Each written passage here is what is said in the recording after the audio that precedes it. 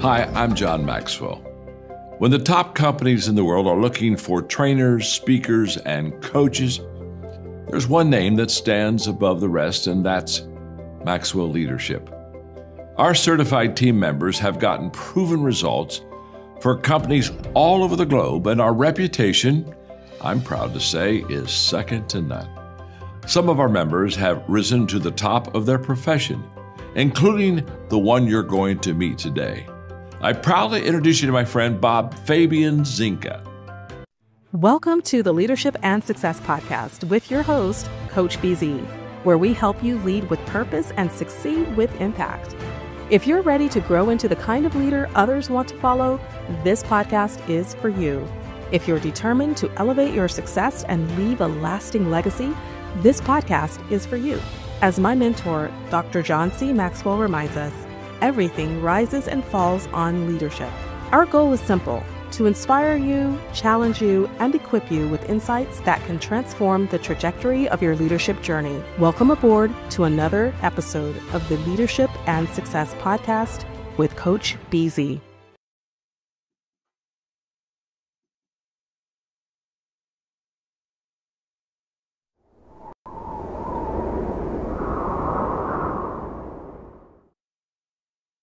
Imagine gaining the leadership skills that could redefine your career. Join Coach BZ on the Leadership and Success Podcast, where each episode delivers practical insights from world-class speakers, military leaders, and industry experts. We dive deep into what matters most: building resilient teams, leading through uncertainty, and navigating complexity with clarity and confidence. Every conversation is crafted for aspiring leaders like you who are ready to grow, lead, and make a lasting impact. Don't miss our powerful live sessions and recent highlights. Michelle Hayward on building diverse, high-performing technical teams. Ann Leslie on leading through global complexity and cybersecurity risk. Ron Carpenter AI exploring faith, resilience, and AI-powered leadership.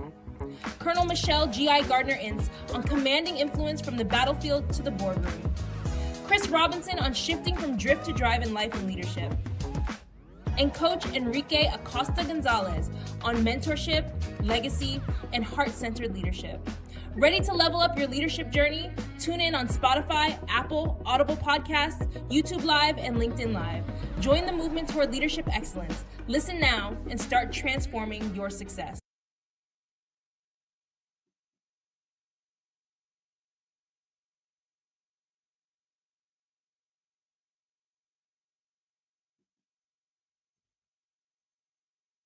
Podcast where I ask you, what do you think is the greatest lesson you've ever learned?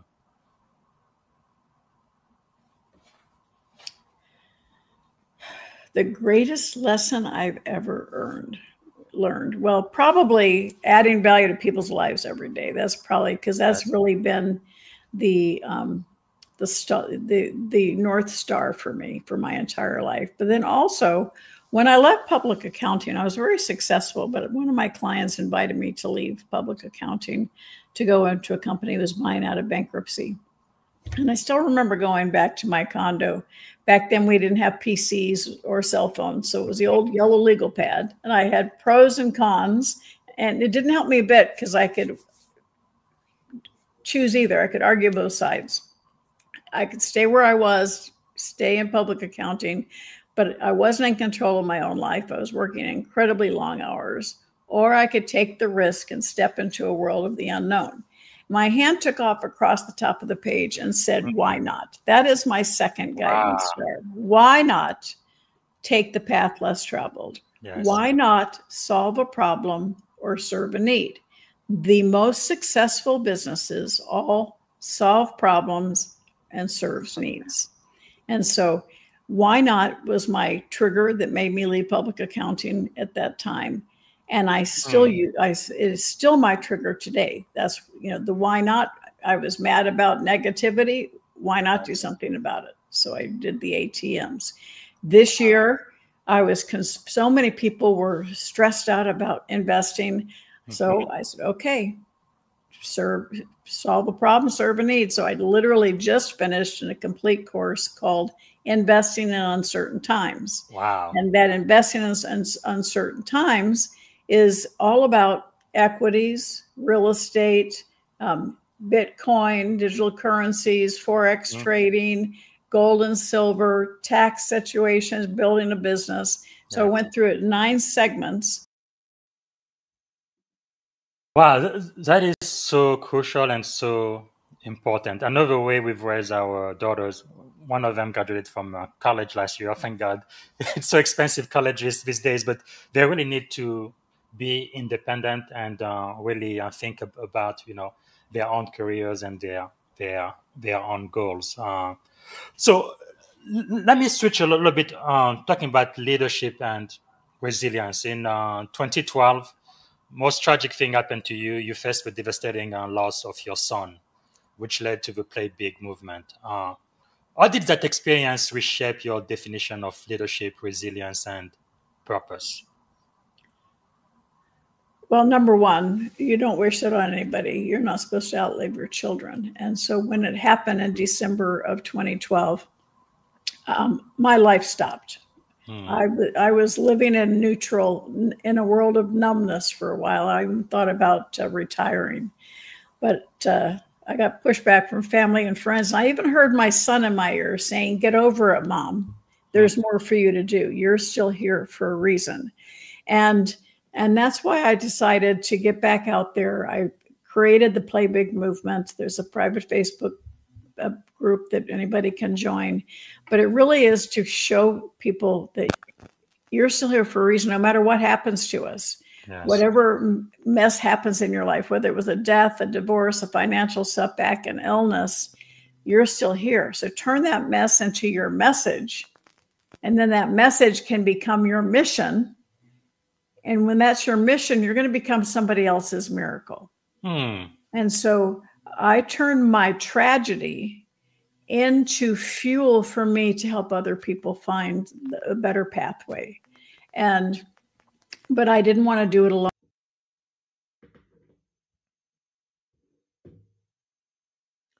All right, everyone, good morning. Today we are going to have a 10-minute recap of the wonderful leadership discussion I had with Sharon Lechter. What an insightful woman. She is the brand behind the Rich Dad, Poor Dad brand. And before we do that, let's do our moment of gratitude. This is part of the show where we just take a moment to be grateful for something. So, if you would put yourself in a grateful state, close your eyes if you want, maybe take a deep breath, and think about one thing you are grateful for today. What are you grateful for? I think today I am grateful for life. I am grateful that I am still alive. I am still here. I believe that as long as I have breath, right, I have hope. So my tomorrow, I believe, will be better than my today and my yesterday. So let us know what you are grateful for. Type it in the comment, and also let us know where you are joining us from, what city, what state, and which country if you are outside of the US. So I'm now going to have my AI agent go ahead and give you a 10-minute summary recap of the hour-long conversation I had with Sharon. And after that, I'm going to play 2 more tapes, 2 more highlights from the interview we had. And if you have any question for me, please type it in the comment. See you very soon. Welcome, everyone. Today's discussion dives deep into leading with purpose. Inspired by Sharon Lechter's powerful insights, especially from her journey from Rich Dad to Play Big. I'm excited. There's so much here about taking control of your life. What's the first point that really resonated with you? Well, one of the first lessons is that you are the CEO of your life. Sharon emphasizes that leadership begins from within, controlling your thoughts, words, and actions. It's all about taking extreme ownership, right? Absolutely. And that idea seems to ring true for both military officers and Silicon Valley engineers. It's a reminder not to just coast along. Exactly. And then there's the idea that financial freedom isn't just about a paycheck. It's built on assets that feed you versus liabilities that eat you. It's like you have to change the way you think about wealth. You're investing in Right? assets that create lasting freedom. That's a powerful mindset. Focusing on building businesses, investments, or even digital innovations rather than just chasing dollars. But, don't you think sometimes it oversimplifies the challenges people face? I hear that point, and it might seem a bit simplified at first glance. However, Sharon's perspective is about establishing a strategic direction, turning the mindset toward long term sustainable success instead of temporary fixes, a sort of empowerment that redefines success. That makes sense. And speaking of empowerment, Sharon's message on women stepping into their financial power is really striking. Her stats are pretty sobering, with percentages that show how crucial it is for women to claim financial responsibility. Oh, yes, absolutely. She points out that a high percentage of women eventually end up solely responsible for their finances. So, her call to action is clear: educate yourself, build credit under your name, and never abdicate your power financially. It's a real wake up call. Yeah, it sure is. And then we get into one of the most moving parts of her talk: turning your mess into a message. Losing her son in 2012, that was a pivotal pivot point for her. Right. That personal tragedy became the catalyst for her mission. She transformed her deepest pain into a compelling message, a source of strength. It really shows how, even in our darkest moments, we can find purpose and serve others. It's a testament to resilience. I love that idea, using hardship to fuel your impact. And it also ties into her notion of having a definite purpose, always asking, why not? It's such an empowering question. Definitely, the why not mindset challenges us to step into uncharted territory. It questions why we shouldn't pursue our dreams or solve a new problem, a real push against conventional limitations. It's like opening the door to endless Right? possibilities. And it's interesting how this approach applies across various fields, whether you're in uniform or coding in Silicon Valley. Everyone can benefit from a clear purpose and the willingness to take risks. Exactly. Then there's also the idea that legacy is built daily. Sharon reminds us that leadership isn't just about achievements or finances, but about the daily impact and value that we add to others' lives. It's profoundly human. Every Yeah. small act contributes to your legacy. For sure. The way she recalls her father's nightly question, have you added value to someone's life today? It's amazing how simple yet transformative that can be. Indeed, that question serves as a moral compass. And then we move to the notion of turning fear into fuel. She eloquently states that worry is essentially prayer for what you don't want. It's about taking that fear and channeling it into focused energy that morphs into faith. That's such a refreshing perspective. Instead of letting fear paralyze you, you let it propel you forward. It's like using your weaknesses as stepping stones to success. Yeah, that's a great way to put it. And then she draws on the classic insights of Napoleon Hill in Outwitting the Devil. Sharon modernizes his ideas to show how fear, doubt, and societal pressures keep many of us from realizing our potential. It's a call to reclaim control of our thoughts. It's intriguing how she ties Hill's age-old wisdom to current challenges, emphasizing discipline and self-ownership. But sometimes I wonder if relying too heavily on this outwit the devil framework might oversimplify deeper social issues. What do you think? I get that concern, but Sharon isn't suggesting a one-size-fits-all solution. Rather, she's offering a framework, a blueprint for reclaiming personal freedom by mastering our inner dialogue and pushing back against negative influences. It's more Yep. about personal empowerment than a cure-all. That clarification really helps. Moving on, another key lesson is the power of association. Sharon notes that whether partnering with giants like Disney or networking in Silicon Valley, the company you keep accelerates your growth. Absolutely. She drives home that successful businesses, and by extension, successful leaders, are built on collaboration and problem solving together. You want associations that stretch you and elevate you. It's all about being intentional with your network. Right. And for those with leadership roles, be it in the Navy or in tech, it's crucial your network is as ambitious as you are. It reinforces resilience and innovation day by day. Exactly. And then, as a final wrap up, Sharon leaves us with a compelling reminder. Leadership begins inside. You can't lead others effectively if you haven't mastered leading yourself first. It's a principle that really goes back to the core of who we are. It makes you think, doesn't it? Every decision, every habit counts. And by taking control, not only do we build financial and personal resilience, but we also leave a lasting legacy. Right, you are. It's a holistic view where disciplines like mastering your finances, developing assets, and even transforming personal trials become interconnected threads in the tapestry of your life. And that tapestry, in turn, defines your legacy. What's really exciting is that these insights aren't just for one group. They resonate across military leadership, tech innovation, and everyday personal growth. Yes, exactly. Leading with purpose is universal. It's like you're crafting your own narrative by challenging conventional wisdom every day and turning setbacks into setups for a bigger comeback. A narrative where every mistake becomes a lesson and every fear fuels your journey. That transformation is what makes Sharon's teaching so relatable.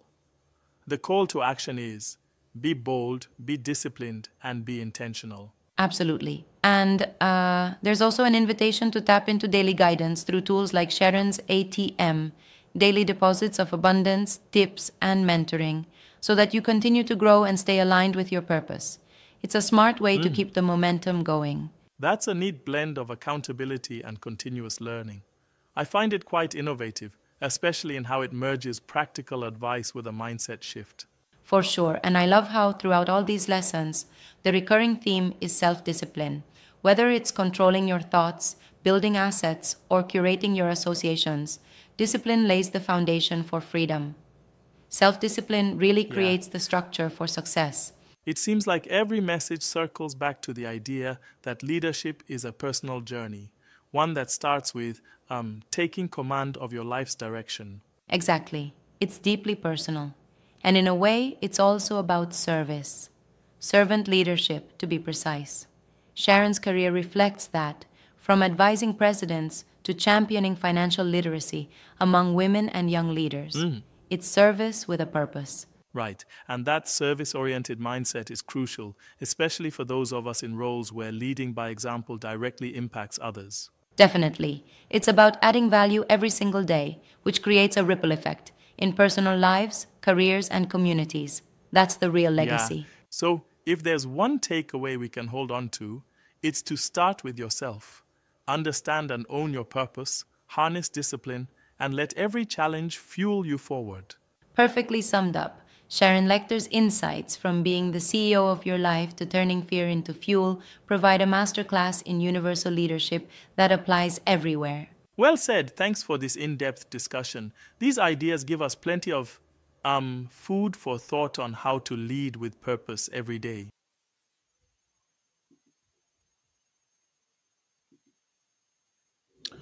All right, everyone. Thank you so much for watching. So this is it. I don't see any questions on YouTube or on LinkedIn. So what I will do now, let me remind you guys. First of all, yesterday I had this incredible leadership conversation with my mentor, the one and only Shelley Archambault.